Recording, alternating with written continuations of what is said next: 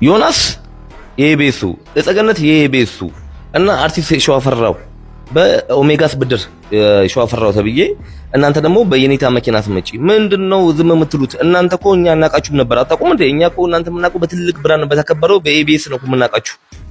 ገባችሁ አይደለ? በዛ ነው የሚያውቃችሁ። አሁን እናንተ ደግሞ በዛ ስማችሁ ገንብታችሁ ህብረተሰቡን ስንት ድሃ እያስለቀሳችሁ ነው። እናንተ ብር ብቻ ሳይሆን የሰው እንባም ጭምር ነው አደራም ጭምር ነው ይበላችሁ ያላችሁት።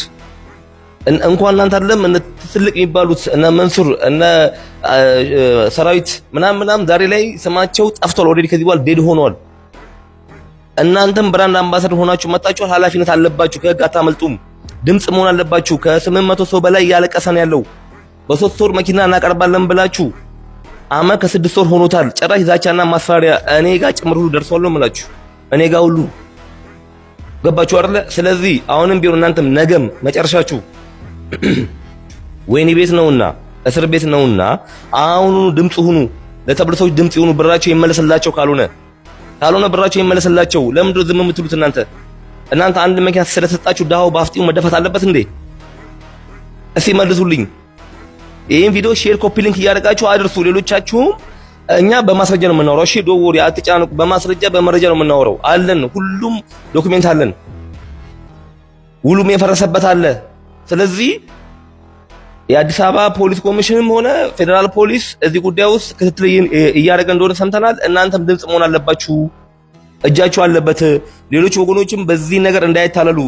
ቁጥር 2 ፊንቴክ ሆኗል ነው የምላችሁ። ቁጥር 2 ፊንቴክ አቁሙ። እንደዚህ ደሃውን ብር መበዝበዝ አቁሙ። ሌሎቻችሁም አሁንም አዲስ ምዝገባ ነው ምናምን ቀብረጥሶ እያሉ ነው። የለም የመጀመሪያ መጡትን አስመቅደቅ ብለህ ደብረ ብርሃን ላይ አንድ ዶዘር አስገብተህ ብዙ ብር ሰብስበሃል። ከከተማው ባልጣዎች ሰብስበህ ምናምን ትምህርት ቤት ምናምን ብለህ ድራማ ማያውን ነገር አውርተህ ብሩ ስራ ላይ አልዋለም። የት እንደገባ ማይታወቅም። የብሩ ሰብሳቢ አንተ ነህ፣ ቦርድም አንተ ነህ፣ ሁሉ ነገር አንተ ነህ። ብሩ የገባሸቱ እየጠበቅን ነው ገባ። እሱ ብቻ አልበቃ ብሎ በያይ ስልጠና ሕክምና ሰዎች ዳኑ፣ ዶክተሮች የማከም ያልቻሉት ዳኑ እያልክ ነው። ሞጣ አንድ ጊዜ ምን አለ መሰለህ፣ መሀይም አይኑ ትልቅ ነው አለ እና ትዝ ያለኝ አንተን ነው ገባ። ትዝ አልከኝ እንዴ? ምን ነው በግድ ካዘረፍኳችሁ አልክ ወይ? ደግሞ ሂድና መገናኛ ላይ ሸዋሸዋ እንደሚሰሩት ግባ ኪሳችን ይሄን ነቀረ እንዴ? ወጥ ረገጥክ እንዴ? በቃ በሁሉም ልጋጣችሁ አልክ። ኳሻው ኮሪያ ሱይ ምን አድርጉ ነው የምትለን? ለምስራት አይኖር እንዴ? ራሱ እኮ በአይ ራሱ የፈለኩ ቻት ጂፒቲን ግባ ምንም የፈለኩ ለሄድ ህክምናና ህግን በተመለከተ በእኔ ላይ እርግጠኛ አትሁኑ ይላል። ራሱ ነው የሚለው ነው። ካልተማርክ ልንገርህ እንዴ? አላዋቂ ሳሚ ንፍጥ ይለቀልቃል የሚባለው አንተን ነው እያየሁት ያሉት። በቃ አረረብህ፣ ሽሮ አረረብህ። በቃ ነው የምልህ፣ ሽሮ አረረብህ። ምንም በቃ እኔ አዝናለሁ። እሸት በቃ ዝቅጥ አልክ። በቃ ዘቀጥክ። ትንሽ ቆይታ አቅማተ ነው እንጂ አንተ ማጅራታች ትመታ ነበር፣ ግን አቅም የለም። ያ ነው። አድርሱለት ሼር ኮፒ ሊንክ እያደረጋችሁ። በዱቤ አስመጣላችኋለሁ ከሚሉን ድርጅቶች መካከል አንዱ ዩቶፒያ ቴክኖሎጂ ነው። ይህን ድርጅት ልናየው ወደድን።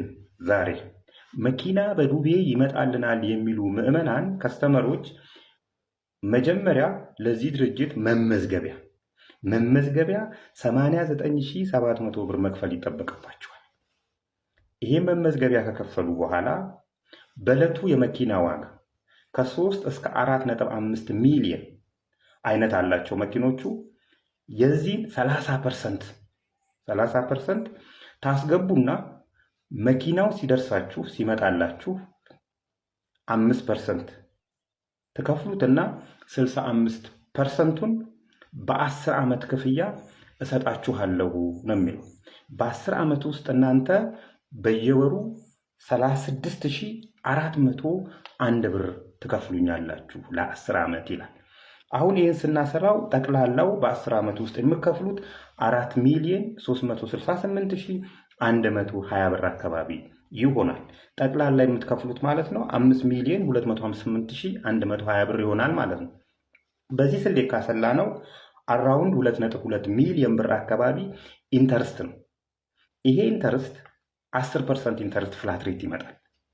10% አሁን ላይ ማነው በ10% ሊያበድረን የሚችለው ፋይናንሻል ኢንስቲትዩሽን ወይም ባንክ ብለን ስንጠይቅ አግሪመንቱ ላይ አልተቀመጠም። የትኛው ባንክ የትኛው ፋይናንሻል ኢንስቲትዩሽን እንደሚያበድረን አልተገለጸልንም። እዚህ ጋር ጥርጣሬን የሚፈጥሩ ነገሮች አሉ። ሌላኛው በ90 የስራ ቀናት አስረክብሃለሁ ይላል። በ90 የስራ ቀናት አስረክብሃለሁ፣ ነገር ግን ከኔ በላይ በሆኑ ችግሮች መኪናውን ካላስረከብኩ ኃላፊነቱን አልወስድም ይላል። ተመልሶ ደግሞ ከኔ በላይ የሆኑ ችግሮች ማለት የዶላር ምንዛሬ፣ የትራንስፖርት፣ የትራንዚት የተለያዩ ችግሮች ከተከሰቱ ኃላፊነቱ የኔ አይደለም ይላል። በዚህ አግባብ 8 ወር ከፍለውት መኪና ያልመጣላቸው ከስተመሮች ምዕመናን አሉ። እሱ መከላከያ አስቀምጧል። የዶላርና የተለያዩ መንግስታዊ ችግሮች ናቸው ያላመጣሁልህ እያለን ነው ያለው ማለት ነው። ስለዚህ ለዚህ ድርጅት ገንዘብ የከፈላችሁ ሰዎች ከዚህ በፊት እንደዚህ አይነት ድርጅቶች የሰጡን ኤክስፒሪየንስ አለ። ከስተመሮቹን መበታተን ለየብቻ ማየት። ስለዚህ ለየብቻ ሲሆን ጉልበት አይኖራቸው፣ ልክሰስ ቢሉም የተለያዩ ወጪዎች ይኖርባቸዋል። ስለዚህ መደራጀት ያስፈልጋል። መደራጀትና ወይም ገንዘባቸው እንዲመለስ ወይም መኪናቸው እንዲመጣላቸው ማስቻል ይጠበቃልና ተደራጁ እላችኋለሁ። በዚህ አጋጣሚ ለዚህ ድርጅት ገንዘብ ከፍላችሁ ብራችሁን ማስመለስ የምትፈልጉ ሰዎችና መደራጀትና መተዋወቅ የምትፈልጉ ሰዎች በውስጥ መስመር ስልካችሁን ላኩልኝና እንድትደራጁ ላግዛችሁ እችላለሁ። እናንተ ደግሞ ኮፒ፣ ሼር፣ ፎሎ ምናምን አርጉና ለሰው እንዲደርስ አርጉ። ሌሎኞቹን ደግሞ እንቀጥላለን። መኪና በዱቤ አስመጣላችኋለሁ ከሚሉን ድርጅቶች መካከል አንዱ ዩቶፒያ ቴክኖሎጂ ነው። ይህን ድርጅት ልናየው ወደድን ዛሬ። መኪና በዱቤ ይመጣልናል የሚሉ ምዕመናን ከስተመሮች መጀመሪያ ለዚህ ድርጅት መመዝገቢያ 89700 ብር መክፈል ይጠበቅባቸዋል።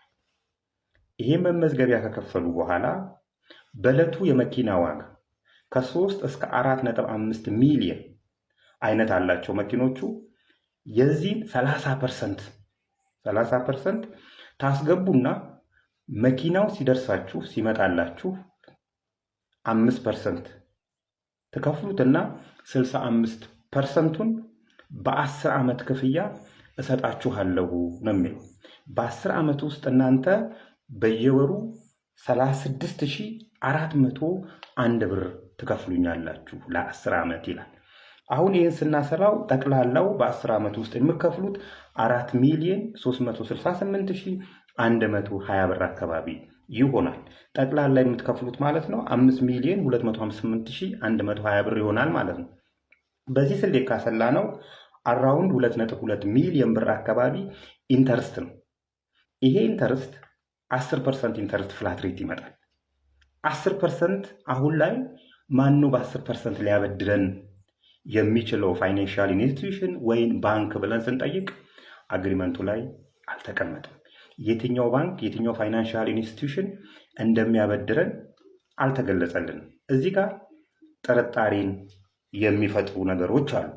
ሌላኛው በ90 የስራ ቀናት አስረክብሃለሁ ይላል። በ90 የስራ ቀናት አስረክብሃለሁ፣ ነገር ግን ከኔ በላይ በሆኑ ችግሮች መኪናውን ካላስረከብኩ ኃላፊነቱን አልወስድም ይላል። ተመልሶ ደግሞ ከኔ በላይ የሆኑ ችግሮች ማለት የዶላር ምንዛሬ፣ የትራንስፖርት፣ የትራንዚት የተለያዩ ችግሮች ከተከሰቱ ኃላፊነቱ የኔ አይደለም ይላል።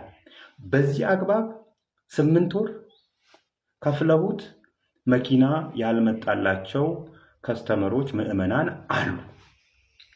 እሱ መከላከያ አስቀምጧል። የዶላርና የተለያዩ መንግስታዊ ችግሮች ናቸው ያላመጣሁልህ እያለን ነው ያለው ማለት ነው። ስለዚህ ለዚህ ድርጅት ገንዘብ የከፈላችሁ ሰዎች ከዚህ በፊት እንደዚህ አይነት ድርጅቶች የሰጡን ኤክስፒሪየንስ አለ። ከስተመሮቹን መበታተን ለየብቻ ማየት። ስለዚህ ለየብቻ ሲሆን ጉልበት አይኖራቸው፣ ልክሰስ ቢሉም የተለያዩ ወጪዎች ይኖርባቸዋል። ስለዚህ መደራጀት ያስፈልጋል። መደራጀትና ወይም ገንዘባቸው እንዲመለስ ወይም መኪናቸው እንዲመጣላቸው ማስቻል ይጠበቃልና ተደራጁ እላችኋለሁ። በዚህ አጋጣሚ ለዚህ ድርጅት ገንዘብ ከፍላችሁ ብራችሁን ማስመለስ የምትፈልጉ ሰዎችና መደራጀትና መተዋወቅ የምትፈልጉ ሰዎች በውስጥ መስመር ስልካችሁን ላኩልኝና እንድትደራጁ ላግዛችሁ እችላለሁ። እናንተ ደግሞ ኮፒ፣ ሼር፣ ፎሎ ምናምን አርጉና ለሰው እንዲደርስ አርጉ። ሌሎኞቹን ደግሞ እንቀጥላለን።